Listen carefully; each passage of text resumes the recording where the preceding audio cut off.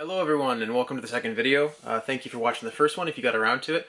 Lots of exciting stuff going on, so I'm glad you could tune in for this as well. I'm going to start today with talking about what I kind of went on a little bit last time about, which is putting the fit back into fitness. And then we're going to go on to a list of things that I think will prepare anybody getting started, and things you should have and things you shouldn't have on the top of your mind when you're getting into the gym. We're going to hopefully go about this in a serious way, where I'm just going to keep on going, trying to keep my focus on beginners, and then we'll go through some intermediate and then some advanced level concepts. Okay, that way we can keep things simple. Okay, putting the fit back in fitness. What I mean by that is, I think that the last little while there's been a shift between fitness and like I said before, vanity.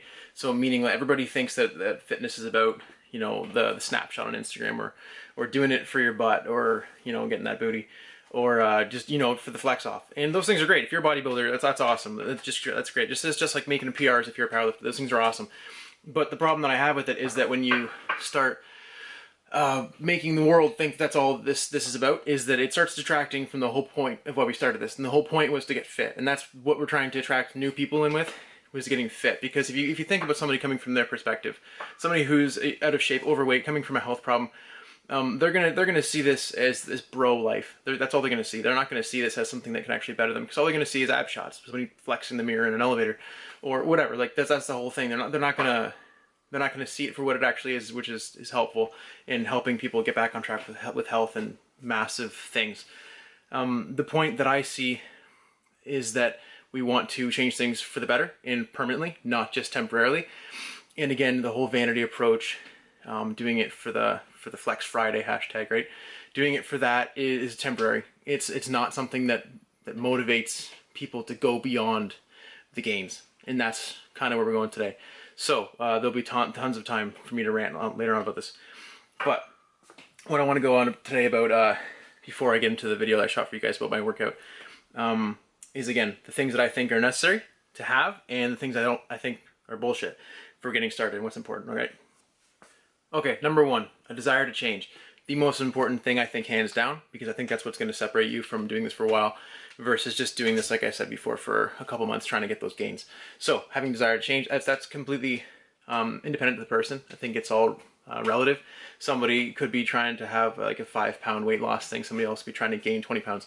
But the whole point is we all understand it's all relative to everybody. So nobody has an importance over somebody else. Okay, like me, I might be trying to lean down, and then somebody else could be like, I'm trying to lose 100 pounds. Well, I've never been 100 pounds overweight, so I don't know what that life is, just like they don't know what it is to be me. So it's all relative. We have to just appreciate each other, and I think that's important. So number one, desire to change. Number two, a plan of some sort. You got to have a plan of some sort. I don't think you got to go get the perfect plan. That's not what I'm saying. I think you just got to have a plan of some sort. I think you have to have like a method of attack. You got to understand what you're trying to do. So by this point, I think if you have had a desire to change, you know, been working on this in a while, let's just say you're afraid of the gym. A lot of people are intimidated, but you like walking. Then do that. The whole point is don't complicate it. If you like playing tennis, do that. You like playing badminton, do that. Whatever you like doing, just do it. But you gotta have a plan. Just have a plan. Wake up, do it. Don't delay it. Don't put any excuses in front of it. Just have your plan of attack and do that. All right. Okay. Number three, gotta commit on all fronts. What I mean by that is by commitment on all fronts. It's like if you think about another addiction, if you think about somebody who's addicted to smoking, for example, they're trying to quit smoking, and they keep on hanging around with their friends that are always smoking. I'm not saying it's a bad method, but it's probably not the best method. Like you could probably cut that out of your life for a little while you're trying to change. Just like if you're trying to, you know, start the gym, or you're starting to get active, you're going to want to commit. You're going to want to try to say, hey, I want to change my life, so it might be a good idea that I stop eating McDonald's all the time. Might be a good idea, right? Just like if you're trying to put on some weight, if that's your goal, if your goal is you're trying to build some muscle and get your bench over 300, you got to eat more. You got to commit on all fronts, okay? If you're in college and you're studying for a test, you got to commit to that test. You got to be like, I'm going to go to bed early and I'm going to stay up, or whatever the case may be. You have to commit to studying, or whatever, you know, your method.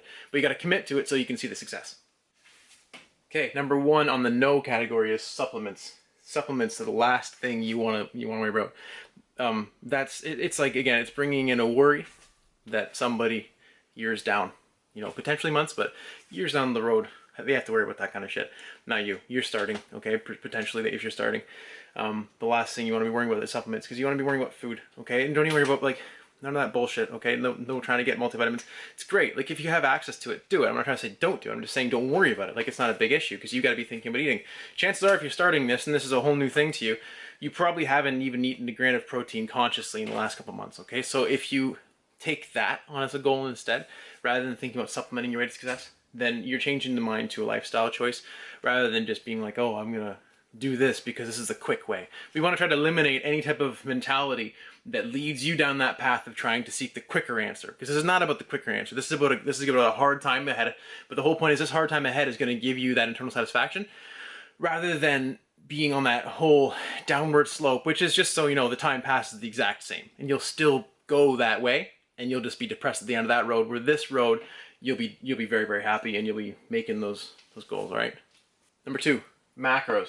Probably going to get some help for this one, but I think it's bullshit to worry about in the beginning, because again, you got to think about somebody who's in the beginning of their whole fitness. I'm gonna hate this word, but fitness journey. So let's just say that somebody's starting out, and they haven't done anything right, and they have no idea how to track things. Well, again, it's not a concept that really matters right now.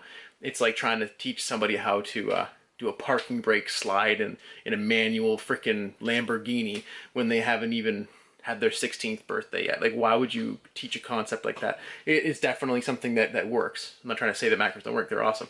Learning how to do that in your life later on is awesome. But if you are trying to take on a concept at the beginning again, it just lends to that belief that you're on that path that is trying to get those goals quicker, rather than doing it the right way. The right way right now, rather than bringing up macros, is it being more conscious of health food. Some people might think that macros and health food are, they're synonymous, but what I mean by health food is that you're making a choice between having like a breast of chicken and some potatoes over McDonald's Big Macs, right? Whereas a macro head will try to justify the Big Mac, but all you're doing by saying that is trying to encourage the people to keep their habits that likely led them to the place that make them want to change. So we want to get rid of that. You want to try to get people to eat consciously, okay? Eat consciously towards the goal, and the whole goal right here is to change the lifestyle and to improve. So we want to try to eliminate all that kind of stuff that leads you towards that whole the whole quick change again. Number 3 for the no is gains, bro. Okay, don't worry about gains. Everybody's worried about gains. Again, it's the whole Instagram thing. Everybody thinks that they can just pursue this for the gains, getting chiseled pecs or getting massive whatever legs, arms, whatever, or again, girls with the booty. Because people have gotten so used to seeing a picture, and they forget there's a massive amount of time between. Or likely on Instagram, they see the picture, and chances are it's actually just a girl who knows how to take a picture, and that's all it is.